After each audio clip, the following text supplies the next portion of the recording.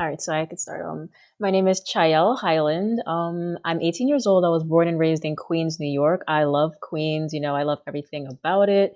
Um, I've always loved food. I like when people say, like, oh, when did you start becoming passionate about food? I like to say, I was born passionate about food. Like I was born, chewing on a chicken leg, that's what I was doing. I've loved food since, I came out the womb. So, All it's right. always been a good experience for me. I didn't start like actually getting into the kitchen until like, I was kind of tall enough to kind of like reach the stove and whatnot. And the first thing I remember making was trying to recreate the soup from Ratatouille when Remy was like throwing in all the ingredients. It was fun. It didn't taste the best, but it was still, fun to make. We were just getting random ingredients, my brother and I, my twin brother, I have a twin, and it was crazy, but it was really fun. And we didn't eat it all, but it was really fun to make. And every now and then after that, I would start gathering ingredients, helping my grandma, helping my mom in the kitchen. My grandma, she's from Guyana, and so is my mom. So whenever they're making like Caribbean dishes, like coconut buns or like curry, I would always be there trying to help like knead the dough and whatnot. And it was Nice. always so much fun. So I've always took joy in the kitchen, and I've always taken joy in food, but I didn't start thinking of it as a career until I got to probably like seventh grade. And that's when I first heard about food and finance. My mom was on the train and she saw someone like with the school uniform on, and she was like, "Oh, food and finance." And I was like, "Oh, food and finance." So I then was like, that's a I, thing. All right. right, exactly. So I looked it up and I was like, "Yeah, this is where I need to be." So I applied my next year and I got in. I was so happy. And from there, it's just been up. Like my passion for food has just grown from there. I cook all the time now. And not only do I cook like for fun, I do it with like now with that technical background. So everything is Nice. better than it was, before. It's not just like fun and games, but it's still fun. But, I'm Yeah. more looking towards like, the career path. People say if you do something that you love, or if you do something like, you really have a passion about, then you never work a day in your life. And I'll never be working a day in my life. So, Hey, girl. It's uh, true, though. It's true. I can attest to it. It's true. yeah. So yeah, that's pretty much it. I love food. All right. Now, did we ever, because Ratatouille is one of my favorites, did we ever figure out what that soup was? I have no clue. I I mean, we'll swear have there to was like figure it some out. radish that went in there. There was some basil that went in there. I just would love to know what the stock was. I was just Yeah. like, because that first round when Remy was trying to fix it, or yeah, when he was trying to fix it, it was like it was terrible when he first Yeah. walked over there. And I was like, what did that boy put in this soup to try to fix it? Because come on now, like it couldn't have been that far off. I'm like, if you spilled half of it and then you threw in a bunch of stuff, like that wasn't. Never mind. We can talk about that later. Yeah. I was like, and next, Right. but I love that movie Um, dearly. my name is Hasana Sabree. I'm a senior at Food and Finance High School. And I would say that my love for food didn't start to like later on, like eighth grade and middle school, because in the beginning, well, my father's an artist and he would always give me like canvases to paint on. And, I always thought that would be like my career path. But one summer in eighth grade, no, actually in seventh grade, my mother gave me this American Girl doll cookbook. And I was looking through it and I saw like a recipe for strawberry shortcake scones. And I would make that like every week, getting tired of the scones and them dry scones. But yeah, that's kind of like what piqued my love for cooking. And then in eighth grade, my mom actually found food and finance, looking through like the high school books. And that was like my only choice that I really wanted to go to. I put it as my top and only choice on the list. And happily I got in. So that's really how like cooking kind of like piqued my interest. Okay. Now, what's the process for like applying to food and finance? 'Cause I think most people, a lot of cities do not offer that kind of like education Hmm. path for most students. And I think like I lived in Arizona, I grew up in New Jersey, so there's private schools for very specific things. They kind of focus on kids who Hmm. want to like work in performing arts, but it's a rare thing to have like a different focus for a high school. Yeah. So one of the high schools I went to, they had a culinary arts program, but it was more like home economics and not so much kind of like the intensive training that you typically get. It was essentially you could like probably leave that high school and start at like the maybe on the you definitely going to start at the grill station. No, you probably could start at the garde manger and work your way up. So it definitely Hmm. sets you up for that, but it wasn't like, oh, you can go straight out of high school and become like a sous chef. That was not going to be an option. You could probably get into culinary school, maybe. But so yeah, so what was the process for like application? Like once you guys figured out that was the school you wanted to go to, what did that look like? And you can, and So anybody can answer. oh, And I sorry. was like, if whoever wants to answer it, just raise their hands and we'll go that way. It's not like that weird. You gonna answer it or am I gonna answer it? It's fine. So since it is like a public high school, it was kind of like how any other like New York public high school would be. You put it on this, well, my school, they gave you like a list and you put it on the list, and then I think it was like a raffle. I Oh, think it's Yeah. something like that in New York. It's oh, like that's a raffle. And well, what I did, I went to like the like when you visit the school and stuff, but it's nothing like no tests and no like anything oh, okay. specific. It's just really like if you applied, then we'll see if you go in or not. So yeah. Okay, Yeah. that's kind of wild kingdomish for high for school. Just because I'm like, Right. this is the neighborhood you live in. This is the school you go to. Was really kind of like Yeah. that's it. And so that be Yeah. able to be like, all right, you put your name in this hat, and we're gonna see what happens. Yeah. But it was good because like if you went to the open house, like if you went to visit the school, then you had like Yeah. a higher chance of getting in. So pretty much like all the people I saw at the open house, they were all there like Nice. in the school. So, Mhm. you know, if you really wanted to go to a school, like there were different steps that you can take. And not all the schools are like a lottery or like a raffle. Like some schools you do have to take a test, but like this school you didn't Yeah. have to. So it's really, you know, based on like how much you want it and like if you're really interested, then you would go to the open house and you know, and you would see what it's about and you Nice. know, you get to go to the Yeah. school. So it was good. All right. All right. Now for as you said like seventh and eighth grade was kind of like that moment where you're like, okay, it made the switch from this is like fun to like, you know what, let's see if we can like shape a life here Yeah. from, from this work. Um, were there anyone, and I guess it's hard to like not ask about like people that you've paid attention to that have already done the work that you want to do. Um, so I was hoping like away from the kind of the folks that most of us are watching anyway. Is there anyone close to home? Like, is there a local restaurateur? Is there a local chef that you've kind of been like really looking at their path and their trajectory and going, this is the kind of work I can see myself doing? Is there anyone kind of shaping a little bit of what you want and kind of the path you want to create for yourself? I would say for me, like in my family, no one, there's no chefs. The only chefs, actually, my great grandma, my grandma's mom, who's in Guyana, she used to have a shop. So, what they would do in Guyana, there's a shop and like a market called Border Market, and every day or like every Saturday, there would be like a whole lot of different vendors selling, you know, like cakes and buns and curry and stew chicken and goats and a whole bunch of different things. So my grandma would wake up like my great grandma would wake up like really early in the morning with my mom and like her brothers, and they would start like cooking and start putting things together, start kneading the dough and like pick up Nice. everything and take it over to the market. So that's the stories that, you know, my mom and like my grandma have told me, and then I kind of like followed in their footsteps. And I ask my mom every day, I'm like, do you think great grandma would be proud? And she's like, yeah, she'll be real proud, you know? Yeah, I think she'd And be so digging. that's pretty much like something like I always, you know, I guess it's like in my blood or like in the family's blood to, you know, Yeah. always be cooking and, you know, always be in the kitchen. And my mom says like, you would go into the kitchen and all the cupboards, all the handles would have flour on them, and like you know she wouldn't be using like you know measuring cups or spoons or anything. And I'm like maybe I should do that. Let's go ahead and That's not a thing, man. That's not the right thing. They be like, you put a pinch in, and then it just looks right when it's in there. You're just like, right I don't know what right I don't know what that measurement means. They're like, just put right enough in there until it's enough. You're like, oh, okay, okay, right, you're right.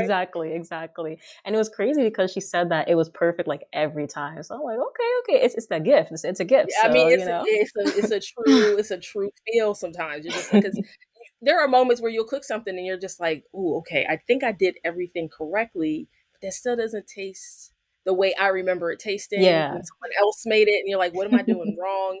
And they can't even really tell you. It's just like, "No, it's not." But see, it's Yeah. an ingredient that people don't list, which is just It's vibes. the They're just like, feeling. right, It's "Okay, the right, right. feeling. so you got all these other Yes. ingredients, and y'all forgot to put like you need vibes for this recipe." So if you don't have vibes, this is not going to taste the way you think it's Right. going to taste. Come And on that's, I now. think, the challenge with a lot of food and Hmm. the way we explain cooking to people is that we give Hmm. them recipes and it's just like, well, I did it and it looks the way the picture is. It looks like what I saw in a restaurant, but I'm not getting the same feeling from it. I don't understand why this is not like Mhm. hitting all these spots. And I'm Mhm. just like, because you're missing them vibes. Yeah.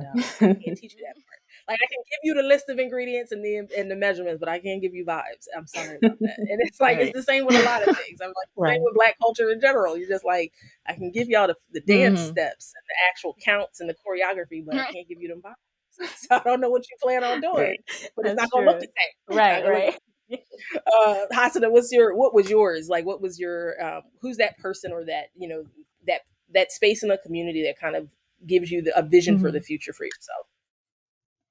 Well, I would have to say, like, I would always see my mother in the kitchen, and also my grandmother always coming over, helping make food and like bringing it over. But also my other grandmother, I would always go to her house. She would always make bean soup. That was my favorite, and the cornbread, like the classic. Mm, And another one would be like one of my grandmother's friends. Her name was Halima, and she would always cook for the masjid, and we'd always have like cookovers, and everyone would bring in food, and it was just like a huge like event that would be happening. And like I would always see it, and like different foods everyone would bring from their homes, and everything was good. And it was just like the community that like food brought just really like opened my eyes. Like, oh, like food is like really a big thing that like people love, and it yeah. really brings people together. So like that was just something that really like sparked my interest. So yeah.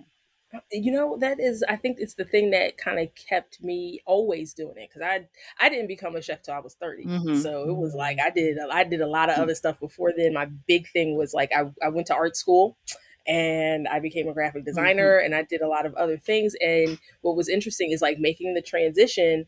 I ran into a lot of chefs that had done this who were on the same path. They were like, "Yeah, I was an art student or I was a designer for a long time, and then I decided like food was the curiosity, and so you kind of started chasing that curiosity, and you found like there are these parallels between what you did before and what you do now.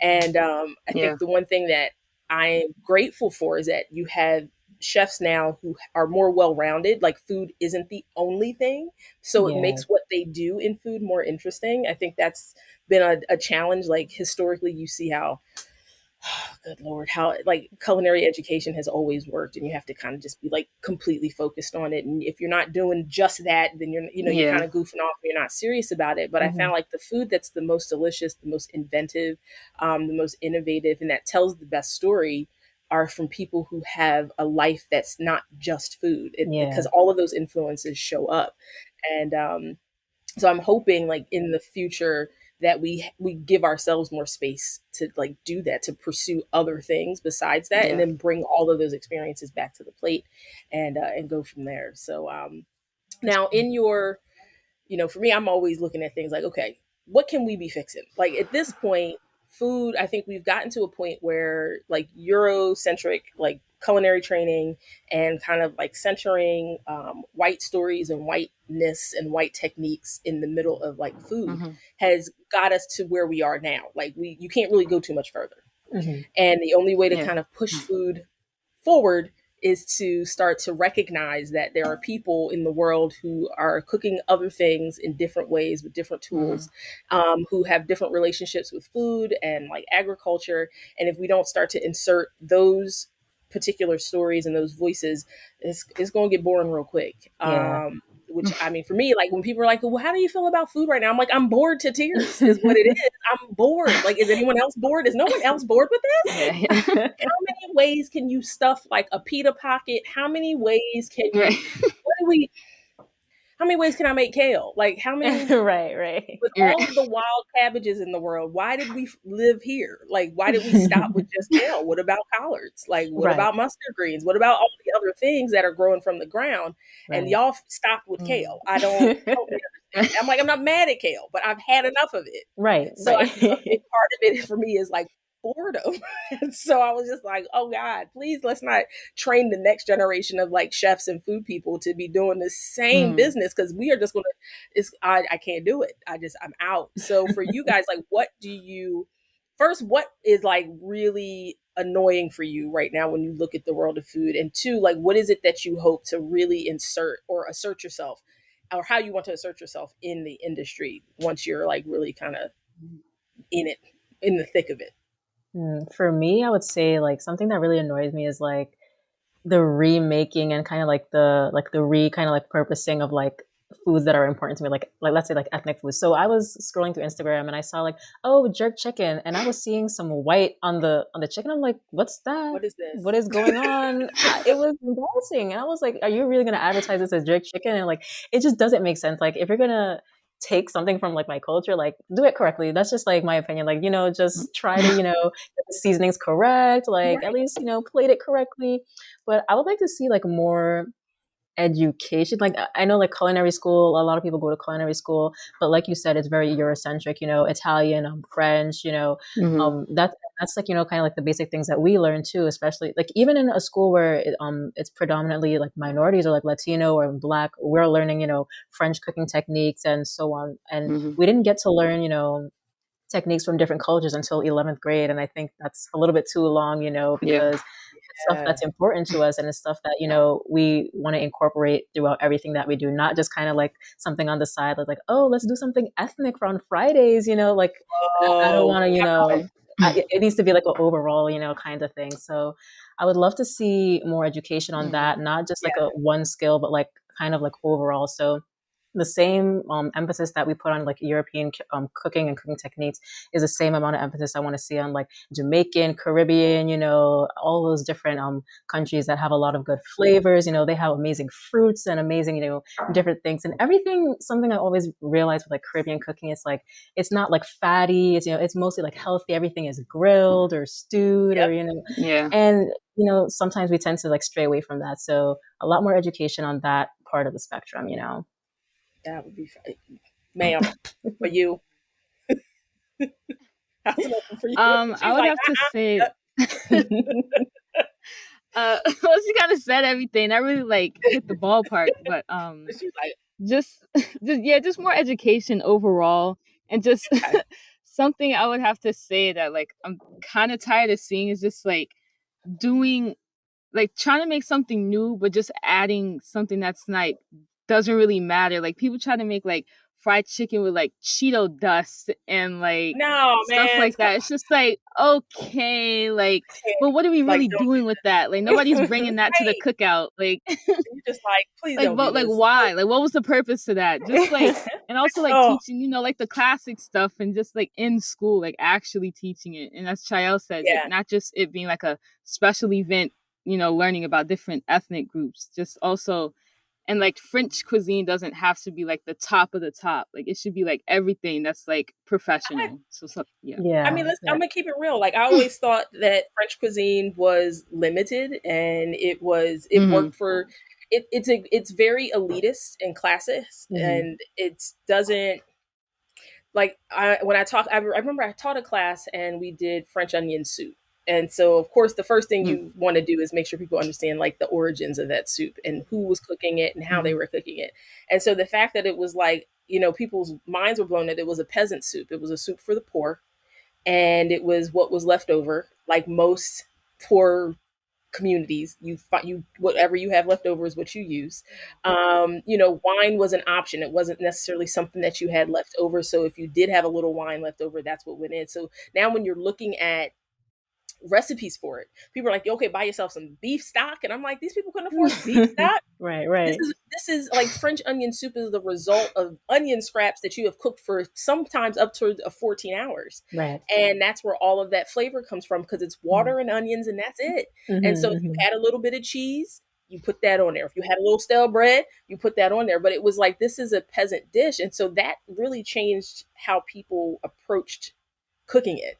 They were Hmm. less concerned about it turning out a certain way and looking sexy and everything in the bowl and all that stuff. It was like, oh, this is not an elitist meal. And I'm like, so a lot of French cooking is shaped by French gentry and French monarchy and stuff like that. When you look at French desserts, a lot of it comes from like the court of Louis the fifth, sixth, seventh, eighth, 12th, Hmm. 24th. All of them fools Right. were like because sugar was expensive, Right. even though they were using slaves to get it. Hmm. Sugar was expensive. And Yeah. so Right. just like the fact that you couldn't get your hands on sugar if you were making minimum wage in France at that point, at least pre-revolution. And the monarchy could get their hands on sugar. It was an import. It was expensive. And so they made desserts out of it. So this is like, for me, even what we understand about European cooking is still off by a lot of degrees. And Mm-hmm. so it still creates kind of this sense of us and them on the plate. Like, okay, these are ingredients you probably don't understand. I'm like, what is there to understand about butter? Right. Right. Help me under what's your point here? And so, most of those things are cheaper cuts of meat. Like, a lot of those dishes are elevated to a point where even the people who originally started cooking them, it's out of their reach at that point. They can't afford Yeah. the ingredients anymore. Butter becomes real bougie all of a sudden. I'm just like, all right, anything I can make at home in my food processor with a little cheesecloth and some Right. water. What are you really saying to me right now? So Right. it's just that idea of like the fact that you would eliminate all of these other cuisines from around the world. I mean, most of these foods didn't have spices or fruits without coming to islands and other continents and like, raping their grounds and taking them out of there. And it's just like, so Mhm. you guys came Right. and brought your colonization and your imperialism and you stole everything. And then you Mhm. took it back to your country. And now it's like, this is how you should cook Right. food. Mm. Right. Like, where's Okay. where's the Right. credit? I mean, What okay, you didn't even have spices until there was this country. right. So now you gonna tell me how to use them? Okay, sure. All right then. Yeah. Fine. Sure, we'll come back. We'll revisit that later. So for now, I know they're starting like a food media program for food and finance at Mhm. some point here, and they have, of course, like the past Spatula, and that was like there's a copy for me sitting right up here at this point. Um, what was your contribution to that process, and then what are you looking to do? If do you want to stay in food media, is there something you want to Mhm. do or create in that space that you don't see yet? Well, for me, both of us, we were the co-creative directors of Past the Spatula. So that job was basically we would work with close with Carrie, which is the owner of Cherry Bomb, and we would kind of Oh like yes, girl, me uh and Carrie are good friends. yeah Me and Carrie are yeah. good friends. She's awesome, So yeah. it was Yeah. basically like doing like some art for for Past the Spatula and like the layouts, and Chayil created the cover for Past the Spatula, which everyone loves, and It's that's beautiful. It really basically is.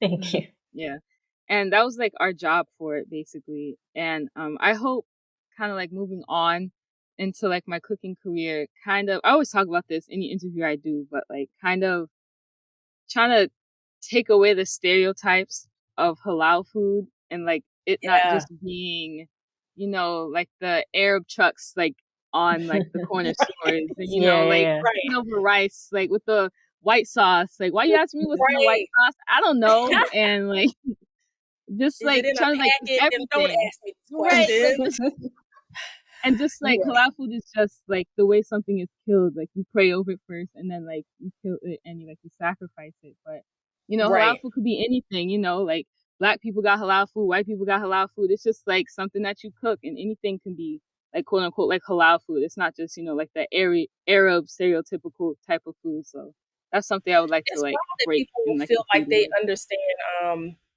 they understand kosher, but you don't Mm-hmm. understand halal. Like, Right. Right. struggling Right. with that. I don't. Okay, Right. sure. Right. So, because when you go, okay, so do you understand like kosher? Like, do you understand what happens when someone has to like, offer up a Mm-hmm. kosher product or a kosher meal? Well, yeah. I'm Mm-hmm. like, okay, so you are adjacent to understanding how the other one Right. works too. Right. I don't. Why are you confused about this? Right. Oh, so because most people think it's a Right. genre of food, and Right. I was Yeah. like, Exactly. Exactly. no, none of that's right. So sorry. Right. Goes, this goes back to your point, both of your points about education Yeah. and why it is Mhm. vital to like talk about that in a lot of spaces and about all these things in a lot of Mhm. spaces. So yeah, I would love to see like a total halal section in like major food magazines. Like, can we Yeah. do a spread Yeah. on all of that? Because Yeah, people need let's to get it know it's done. not Right. just the yeah. Anyway, I'm sorry. I will go off on a tangent. For you, Shael. So, like I will keep going. But yeah, I was also, I helped with like the design aspect of the magazine. It was a lot of fun, and we had to use like a whole lot of different like softwares, and it was scary at first because like I didn't know what to do. Yeah. Like things were deleting. I was like, wait, what's going on? And it was just crazy. But we got the hang of it, and it started becoming fun, and it started becoming kind of like a hobby. So I thought to myself, okay, this is a good skill to have. And I know we talked about being like well rounded.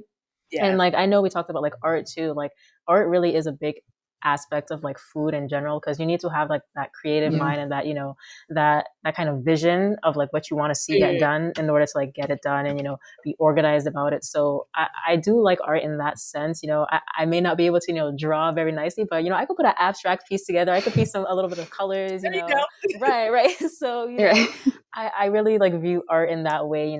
Art, whether it's on a laptop or like on a piece of paper, you can bring that into food. And what I also want to see like further in the food industry is kind of like more of an appreciation for like ingredients and like an appreciation for like the food as a whole, not necessarily like okay, like, oh, okay, it tastes good. Okay, it's gonna taste good, but like you need to Yeah. like, kind of like dig a little deeper. Like, sometimes I would go to a restaurant and it looks great and everything, Hmm. but like, do you know like where it came from? Like, do you know like, was it like local? Like, do you know like the difference between okay, Yeah. like is this fish like if it was like grown, like farm grown or if it like wild, like I feel like there needs to be a little bit more appreciation Hmm. for that because, once you start to Yeah. like appreciate, where the food came from, like once you take a bite, you start to like savor it and you start to be like, oh, okay, so every bite, it just, it Hmm. should like, take you back. It should be an experience, not just like, okay, I'm trying to fill my belly, I'm kind of stuffed, it should be an Yeah. experience. So rather from Yeah. just like, eating to be full, to eat to have an experience, if that makes Yeah. sense.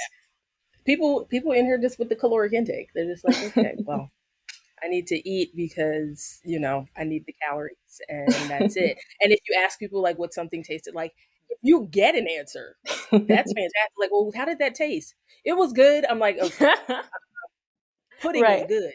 I need more information from you than right, that. right. Like, did you Right. taste anything in it? Did you taste the citrus? Did you taste the heat? Like, what happened there? And Hmm, hmm. you're right. Like, people just kind of eat to be full, and they just move on. And it's so funny that problem just continues and continues and continues. Yeah. And for anyone who works in food, it's infinitely frustrating because you're just like, I'm doing all of this work.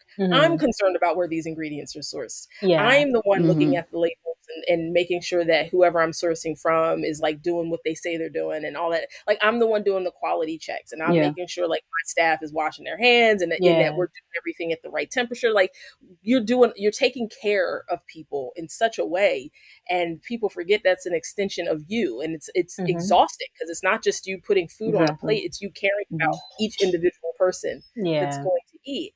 And then they're like, it's good. Like, I didn't just spend 14 hours trying to make this stuff for you to tell me it's good. Give me a It's little something good. good. Tell me I could have that. told myself it's good. Like, come Like, I'm on. like, I know it's Right. good, but girl, look, I mean, if we can, I think it's part of like food media too. Like, the responsibility of food media too is to give people new vocabulary to talk about what Yeah. they eat, and it just hasn't so far. And I Mhm. think like all the independent publishers or publications that are coming up, like Whetstone and For the Culture and Past the Spatula, like all of these smaller, Cherry Bomb Magazine, these smaller publications are giving people the vocabulary they need to really talk about food in a way that respects the chef, that respects Yeah. the farmer, that respects the fisherman. And, not for nothing, I'm going to talk bad about nobody's job, but these large publications exist for a reason, or at least Mhm. they Yeah. did. And I feel some of them have lost their way a little bit about why they do what they do. And if you cannot hold on to your why, most of it just goes away, and it's just, like Yeah. it just falls apart. And Yeah. so I think they, to lose sight of why you do what you do, you end up with what we had in the last year, where you see some publications just, they had a hard time, and people were like, we can't do this with you all no more, so let's Yeah, just yeah. figure it out.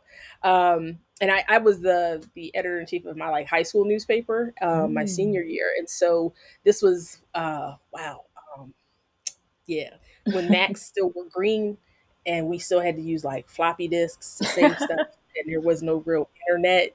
So all of that was, yeah. We didn't have design programs.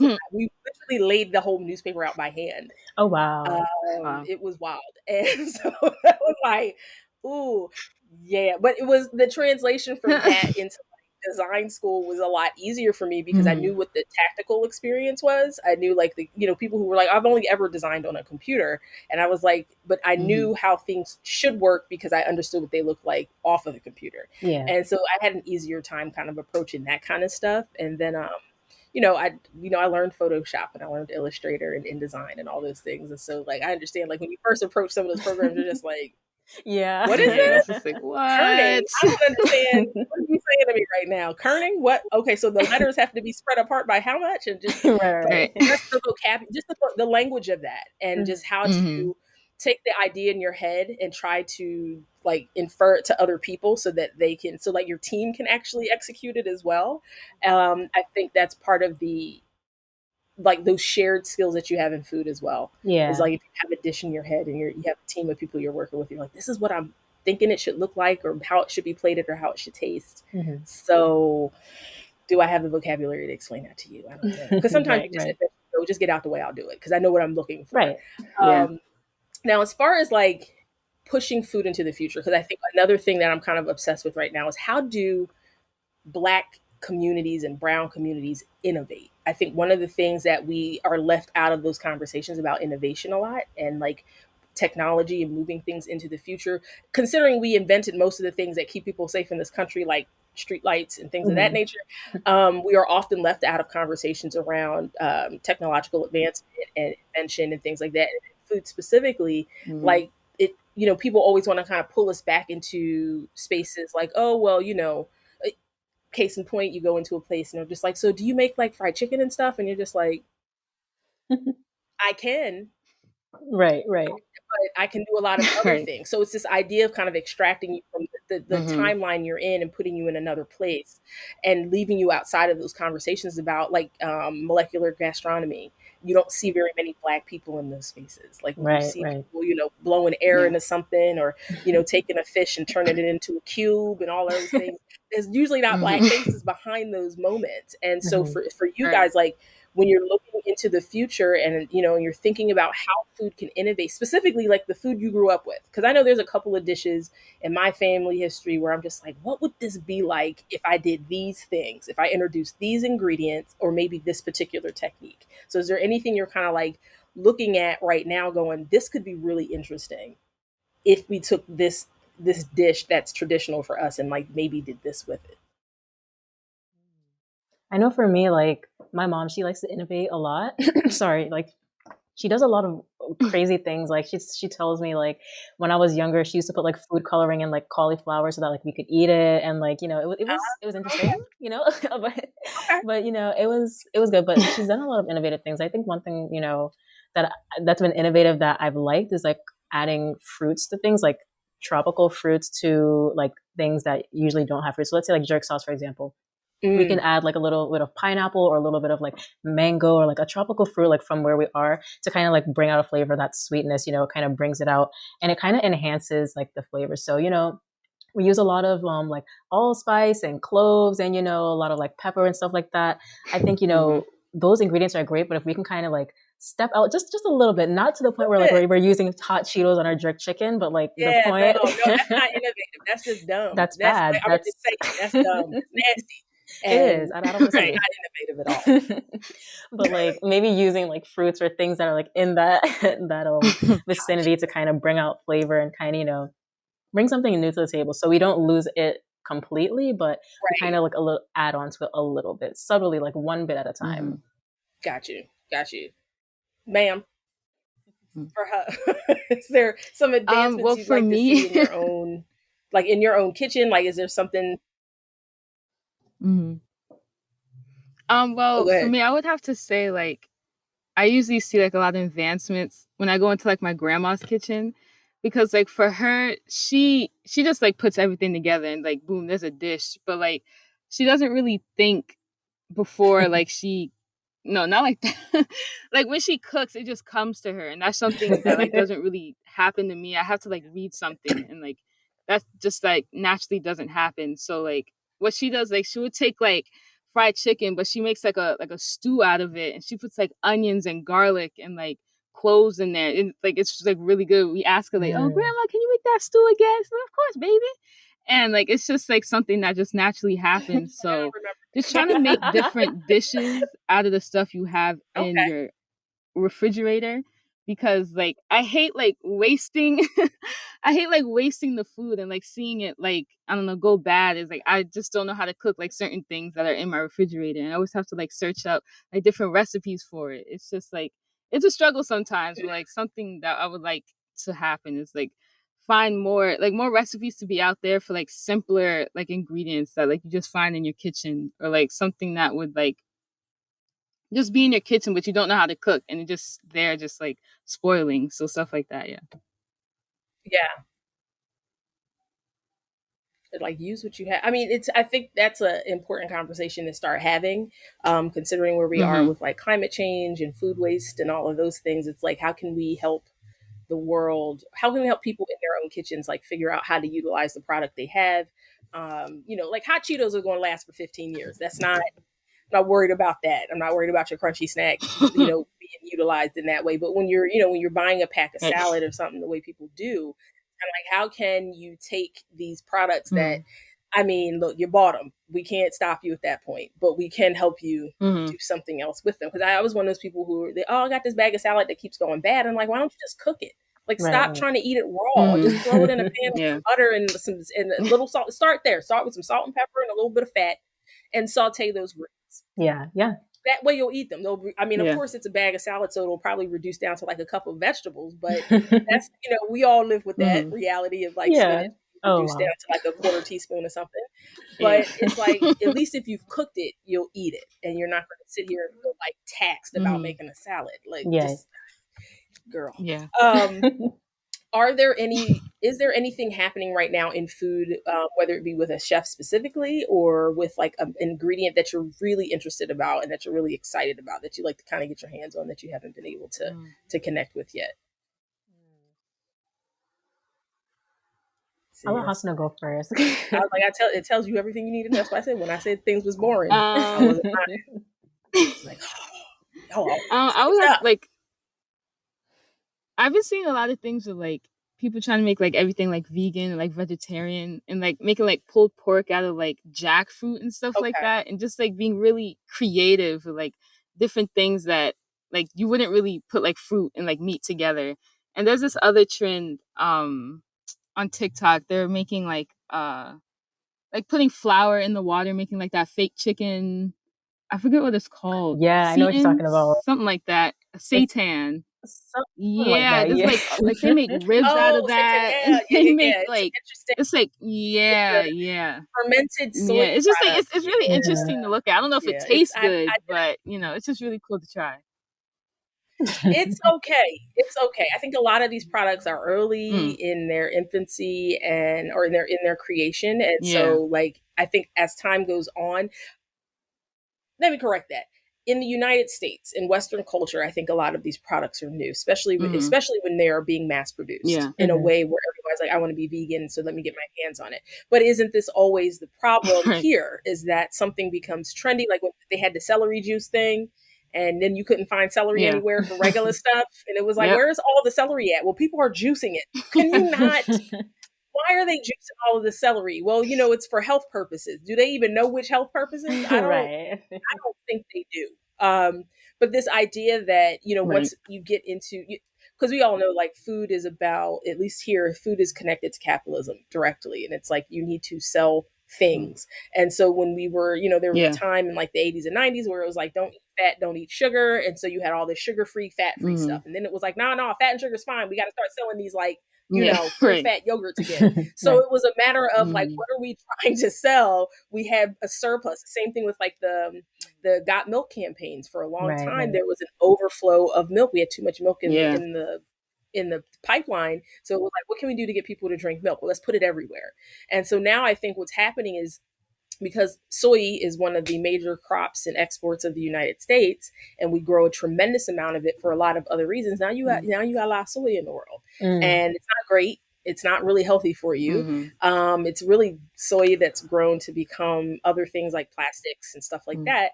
But we have a surplus. And so what do you do with it? You create these vegan and vegetarian markets and products that allow you to push these kind of commercial vegan products like, you know, cheeses and stuff like that.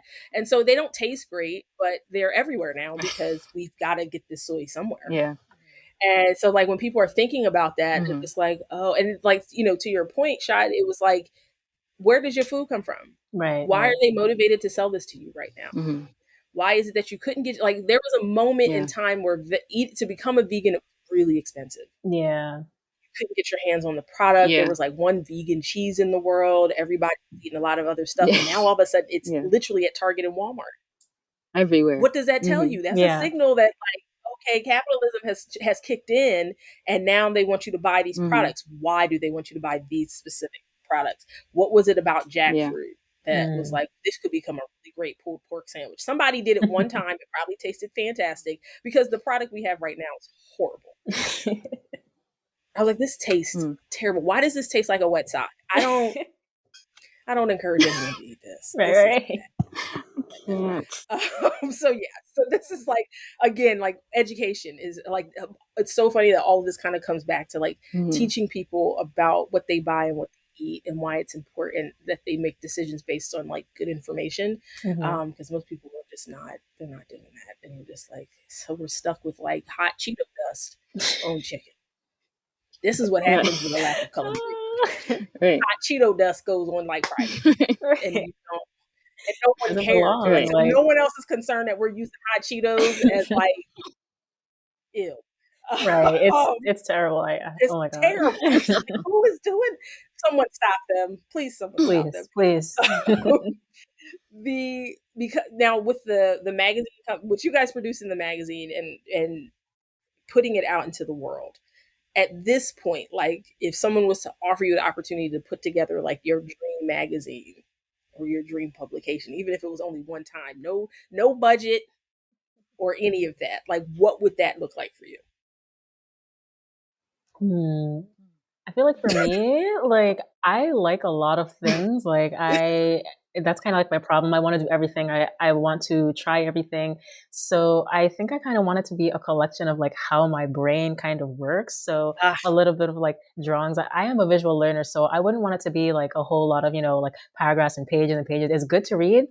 So I do want some information in there, but I feel like diagrams and drawings, that's a really good way to like show like kind of like what's going on in like your head and kind of like show what you really want the viewer to like see. So a lot of diagrams and a lot of like visual things and kind of just like what goes on in my head from like on a day-to-day basis. So let's say I wake up in the morning, I'm like, hey, okay, what do I have in my fridge? Okay, maybe I'll make some matcha today. Like, okay, and then I'll show like a matcha recipe and then like how to incorporate matcha powder in this and like how to do certain things. So not like a regular degular. I like this though. I like this. I feel like this is more interesting.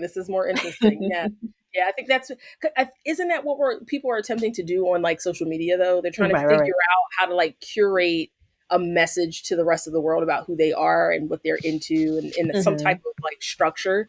Unfortunately, is Wild Kingdom most of the time out here. But for the most part, like if you find a really cool like curated timeline or feed from somebody, it feels like they're really thoughtful about it. You're like, okay, so I know what they're into. It's not linear and I'm not like just looking at someone who's completely into like Minecraft and that's it. So I'm not against Minecraft, but I've seen some of these accounts and I'm concerned for their safety. People who have like a fixation on one thing and it's like, okay, that can be cool, but the folks who are like really going they are on a different level and all of the nuances about what they love and what they're passionate about, like those are always the ones I'm most attracted to. So if I can like capture that in a magazine, definitely. Because unfortunately magazines are, they have to, it's a social commentary and it's not like an individual commentary. So we're kind of stuck with that. So Hasana. I would say my kind of like magazine would kind of be I'm not sure. Like something that like kind of like a coloring book, but like a lot of pictures. I like things that have a lot of pictures and kind of give me like a visualization of like, oh, that's supposed to look like that, but in like a fun way. So it looks like, it was made by like a little kid. And and like the recipes would be more like simpler Oh, yeah, recipes, yeah. something that doesn't take like 5 hours. Because I I know when I try to make dinner, I'm always starting at like 8 p.m. and that thing takes, and like I'm eating dinner at like 12 p.m. at night. So something that's like quick and easy, but like also like tastes good, not just not just like something that'll take like all day. Just quick and easy recipes that like anyone can Yeah, really don't do make, it to and anyone yourself, that can please. like kind of understand like the Lord, she's like, pictures it's and been stuff. 4 Something that hours. would be fun. Yeah. Right. Okay. It's a whole different day now, and I don't even want it anymore. Right. Well, I've been collecting like anime inspired and like comic book inspired cookbooks at this point because I'm really interested in Mm-hmm. seeing how we can reshape that process for people because like when I used to teach cooking classes, I never taught recipes. I always taught techniques and I used recipes to help people practice. Mm-hmm. That was it. And because I feel like Yeah. cooking from a recipe can be beneficial if you have a base of like cooking skills. But if you're trying to Yeah. learn how to cook using recipes, it's just not going to work because you're constantly having to come back to the recipe. It's about, Yeah. recipes are about a certain outcome and not necessarily a skill set.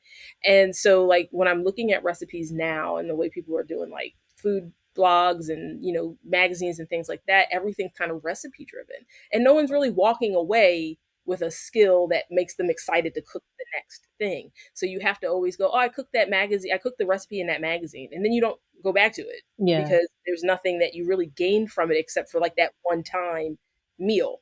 And so I'm interested to see how we can reapproach that. And talking to a lot of the black women that I interview for the podcast, in their homes growing up, it wasn't like we kept recipes that way. We don't keep recipes in the traditional like European sense where you write it down on a little card or in a little book. We didn't get, when people were getting married or moving out of their houses, no one was handing them a little notebook of all the family recipes. If you wanted to learn how to cook something, you had to take yourself, your little ashy self into the kitchen and sit there until Right. someone and watch and just be quiet and stay out the way.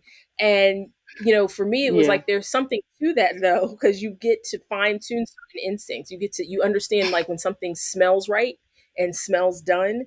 Whereas with a recipe, you don't get those types of cues written Yeah. into like a head note or anything like that. It doesn't tell you, hey, when Yeah. when your roux is ready, it's going to smell like this. They'll Yeah. give you like, oh, it'll look like milk chocolate. I'm like, okay, but everyone Yeah. has a different visual cue for stuff like that. So Yeah. give them like all of their senses. What does it smell Yeah. like? What does it look like? What does it feel like? When someone's like, hey, you want to make sure you cream butter Mm-hmm. and sugar, and people are like, oh, I thought I did it enough. And it's like, but if you put it between your fingers and you still feel these whole grains of sugar, you're not ready to go yet. It Yeah. should change color. It should have volume. It should be aerated. It's like all these cues Yeah. that never make it into a recipe. That's true. And so for me, it's like, Yeah. how can we reapproach teaching those things to people in a bigger way? Like, using a hand sketch to explain a cooking process instead of like constantly having to take a picture. Yeah. And that was something I'd been arguing with someone about. Like, why do we have to keep photographing everything? Can I get like someone to sketch that, please? Or Right. maybe someone Right. really great at like watercolors, and let's have them paint that instead of like taking a photograph of it. So I just think there's a Yeah. lot of places we haven't gone yet, and how we like talk about food and how we help people cook and those types of things. So yeah, that's why I'm just like, what else can we be doing? Because these folks are scared to like step out of the box that we've built for themselves. That's And I'm true. like, but no one told you you had to do it that way. Right. Right. Like, no one's gonna come to your offices and arrest you for not doing that. I mean, they might do that to us, but they won't do it to y'all Right. because. Right. But you've decided these are the standards for food Right. publication, not anybody else. Mm. So like, step outside that Yeah. box and Right. try something else. Yeah. Um, Yeah. so okay, I think we got like about 10 minutes. We're gonna do some rapid fire. We're gonna do a little rapid fire. Okay. Favorite celebrity chef right now? Mm. If you don't have one, you go ahead. Probably like Buddy from Cake Boss. Oh I loved my watching goodness. his Okay, show. so So I would yeah. say for me, um I would say Joshua Weissman Okay. because I always see like his videos on Instagram and I always see, oh sorry. I think she's just Hold on one second. Okay, that should be catching up. All right, try that again. So I got Joshua Weissman. I've been following him a little bit. He's always a lot of fun. I'm just like, yes, Yeah. sir. Yeah, I like what you got going on there. His videos are like definitely like easy and like they're to the point, and which is what Mhm, I mhm. appreciate. Right. So I think we might have. There she go. I was like, I think we lost Hasana. Is she there? She all right? She underground somewhere. We don't know what happened. So see if she Yeah, the can connection's a you hear us, little Hasana? groggy over here too. Blink twice if you need help. I was like, oh no. Yeah, I think she's like pause because I don't see her voice line go. There we go. There we go. I see. Now I'm catching some of your vocal Can you again. hear me? Let's see if the video wants to catch up. Okay. There you go. Well, okay, I see you laughing. I'm sure you can hear us being ridiculous. Okay. Okay. Let me try. Okay, I can hear you now. There we go. Okay, so we've got Joshua Weissman on the table, and for you, for like favorite celebrity chef right now. It's good.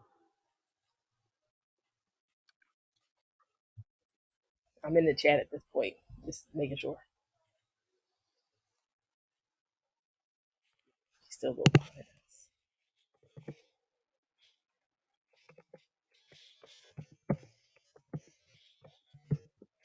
Yeah.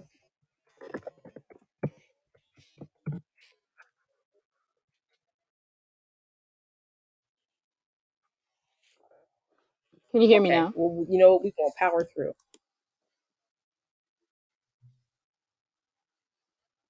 Okay. Or let's see. This is the beauty of editing, huh? All right. Yeah, she just straight up froze now.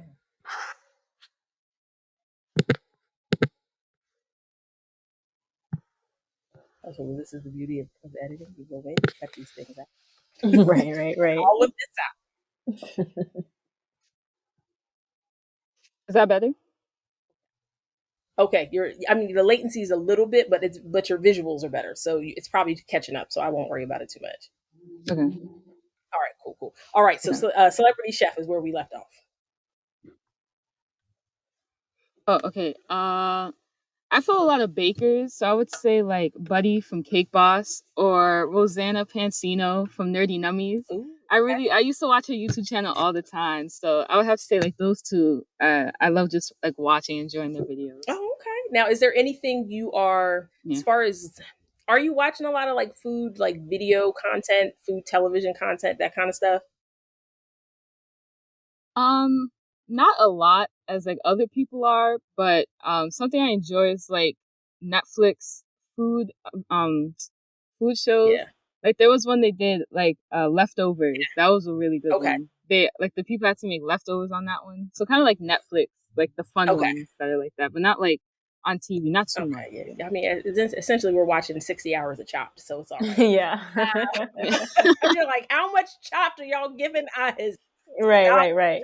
Chopped, for the love of God. Um, I also, but I love those chefs individually. You know, they do great work, but Lord have mercy. Whew, is there is there something outside of like what you typically eat at home that you have kind of been obsessing over, that you've been trying to like recreate at home, that you are just kind of, you've been finding Mhm. yourself just kind of coming back to it and eating it over and over again? Mm. For me, every time I go to the city, I go to Koreatown and like there's like a whole row of just like food. I'm just like, let me get some of this. Yes. It's just Me and my amazing. sister, look, me in Koreatown, Oh we my are we goodness. we live there, It's y'all. just amazing. I could live there. Nice. And the last time I went to a place called Biko Curry and they had like curry ramen. It was so good. Nice. Oh my God. And Let me tell you. I wanted to go back there ever since like I went like a month or two ago. And I don't know if I can recreate it. Maybe I can, but I know it will not taste the same. So I just need to go back. That's it. Like It's obsessive though. Like I got into Korean food because there was when I lived in Arizona, there was a little Korean grocery store, and there were these three old Korean women who used to make all of the kimchi from scratch.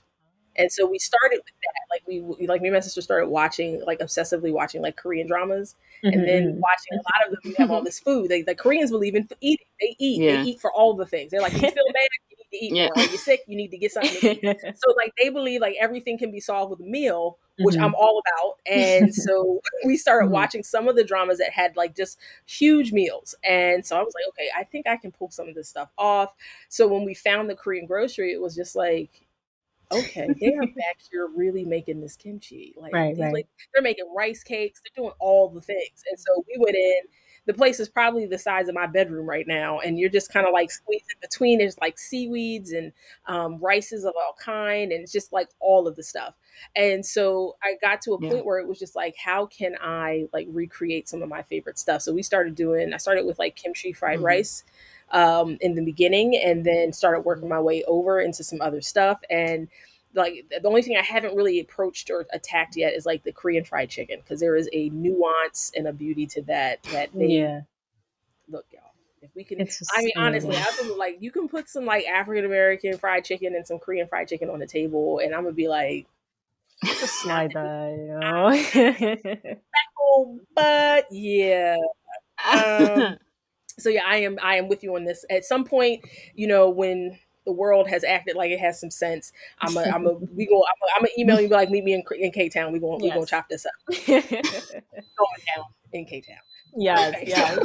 like I said, where can we meet you at? Where are we going for a meal? um, Honestly, I've been trying for a minute to make ramen. I'm not saying it tasted good, but I've been Okay, okay. trying. So that's something like that I've been trying to get into, but I don't know what's going Okay. on and what's Are wrong you with are you it, making the noodles from but yeah, it's scratch? just Okay, so you no, aren't no, you no. ain't that ambitious. Okay, so No, you're no, no. talking No, okay. no, no. So you're looking at like your stocks and Yeah, all of the yeah. other things. Okay. Yeah, What yeah. it is an art form. The stock itself, I mean, they can be cooking that those things that stock for like 4 or 5 days at a Yeah. time. Yeah. So I mean, I wouldn't feel bad Mhm. necessarily about not pulling that off yet. There are some really great bases that you can get online or from like Target. They come in most of them are miso bases, and so you're going to get a little bit of that Yeah, yeah, punch. yeah. But and as I plug this computer back in, but I would think about using, what is it, amino, like the liquid aminos. For some reason, it gives you more Mhm. flavor than the soy sauce. Like it gives you a nuance. They gives you the nuance you get from like Yeah, an yeah. oyster sauce. So there's a little more complexity there because it is the soybean. And then you know how soup is better the next day because all the flavors get a chance to like mellow and meld. Yeah. Maybe do your Setting, stock, yeah. wait to the next day, then Wait, That's try smart, that. that's maybe, smart. Try that. maybe. Gotta try that. Try that because yeah, because I feel like that might be where that, because it's always right there. Like if you can't get the stock right, it's always gonna be like, well, Yeah. I just might have made a pot of chicken soup. Like what was the point of this? I shouldn't even bothered here. I shouldn't even be worried Right. about it. So yeah, and then of course a lot of their stocks are pork based. So you have like there is going to be like Mhm. you're going to get those slight nuances, but I feel like Yeah. there's this potential for pulling those flavors together. Like how whatever you eat in life, I feel like there's a way to capture that in a bowl of ramen. One of my favorite ramen people right now. Okay, see, I'm gonna have to look it up now. It's it's Chef Rashida.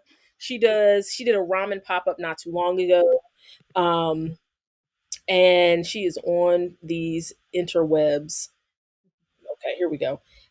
Because I was gonna go to her pop up, and it was like, because she puts like black eyed peas in her ramen.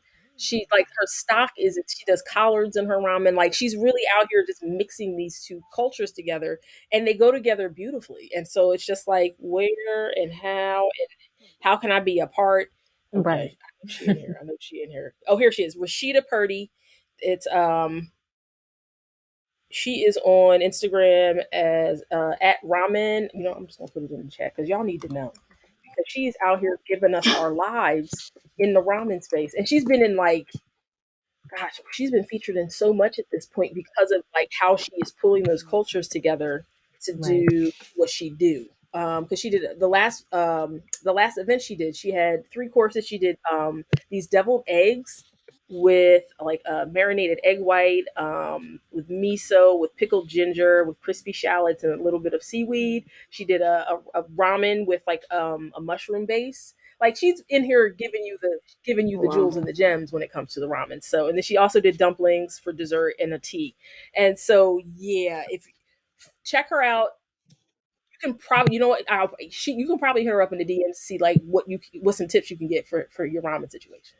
Because this is a black woman in the space, Okay. like doing the things, and like I said, she has this way of presenting like culturally what we're eating, but in this framework of like a bowl of ramen. So I Yeah. feel like she could give you some Mm, winning points. But like I said, the liquid aminos I think could boost your situation a little bit, and especially if you're not mhm. like I said, you're not putting pork bones in it, so you're likely either using chicken Yeah. bones or something else. You're gonna need that. You're gonna need that stock. Yeah, Yeah. you're gonna need to get that stock right before the whole thing goes right. Yes. Before that whole thing goes well for you, you gonna need stock. Okay, so final question. Um, what advice can you give to like this next generation of chefs or food people or food obsessed people coming through who will probably go to like food and finance high school or who might not have access to that type of education at that point in life? What have you learned in like the last 5 years that you would go, okay, this is something that I wish someone had told me sooner, and I'll be sure to tell other people in the future about what they should, what they should do when it comes to working in this industry.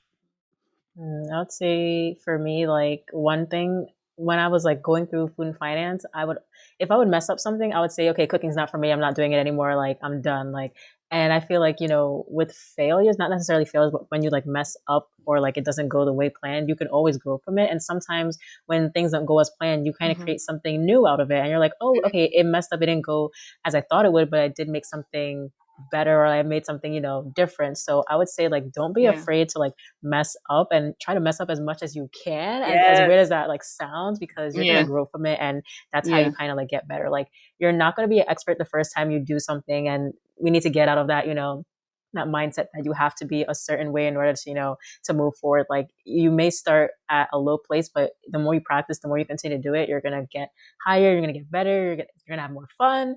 Yeah. And yeah, so don't be a perfectionist, because that was me in high school. It's But not just fun, keep, y'all. It's not it's fun. not, it's not, but keep going, make as much mistakes as possible, and have fun. Oh yeah. Oh yeah, Miss Hasana. I would have to say to just say yes to any opportunity that like comes to you, because I know in food and finance, they give you a lot of opportunities of cooking, meeting different chefs, and just being in different programs that like show you like different types of cooking. And just because I know in the beginning, I still am just very shy person, so I don't really like to do a lot of things that I don't know have to do with like Girl, talking. So it's I kind of like pushed myself to try to be into like I don't know, different events and just talking to different people. And that really helped me just be more open minded to cooking and just like being a better chef overall. okay. Okay. See, this is all the wisdom we typically giving out to the people anyway. I tell people to, um, until now, make failure has always felt like it's been a part of kind of like a privileged conversation. Like white kids get the privilege of failing a lot, and people Hmm. come behind them and like give them more money and give them Yeah, more opportunities. And as like a black or brown person in the world, you feel like you have to get it right the first time, yeah, every time. And to unlearn that it takes some courage, because you're just like, no, I'm gonna be out here, I'm gonna make these mistakes, I'm gonna be okay with that. And mistakes don't condemn your future. They just are what they are in the moment. And if you can learn anything, it's just like, okay, so what can I do with what I know now? yeah, It's an opportunity to like Yeah. extract a little bit of data and some information to make a different set of choices next time. And because we aren't typically told that that's what they are, for us at the very least, it's like we Mhm. have to exist in a world where we are always perfectionists in everything. Like we can't act Yeah. up in public, we can't act up in private, we can't, yeah. you know what I mean? It's like there's Hmm. no room Yeah. for us to make mistakes, but that also stunts our Mess up. growth. Hmm. It also leaves us in a position where we don't say yes to a lot of opportunities that show Hmm. up, because we feel like Yeah. we have to be a certain type of person or meet a certain level or standard of behavior or skill in order to say yes to an opportunity like confidently. So like those two Hmm. pieces of advice go hand in hand so much. So I can see why you guys ended up putting out this very beautiful magazine, because like those thoughts definitely um support each other. It's like, okay, embrace mistakes and learn from them, so that when the time comes and an opportunity comes in front of you, you're not overwhelmed with like an anxiety to say no because you don't think you've met a certain standard. And Yeah. so yeah, so thank you for popping on here. Ramen. So what we can do is, see, the ramen plays into the Koreatown situation. So what we could Right. do is Right. we could create a moment where I can meet y'all in K Town and we can all go to a ramen place, and we Yes, can all yes. take. There's a ramen Right. place next to I'm the up for Korean it. I'm grocery up for it. store. There's a place Hmm. next door to that has some really excellent ramen that me and my sister Hmm. usually go back to. So that's what we can do. We can set that up so that we Yes. can all go and we can enjoy the ramen and like really just discuss what we are eating. So you Yes, can yes, elevate Right. the ramen yes.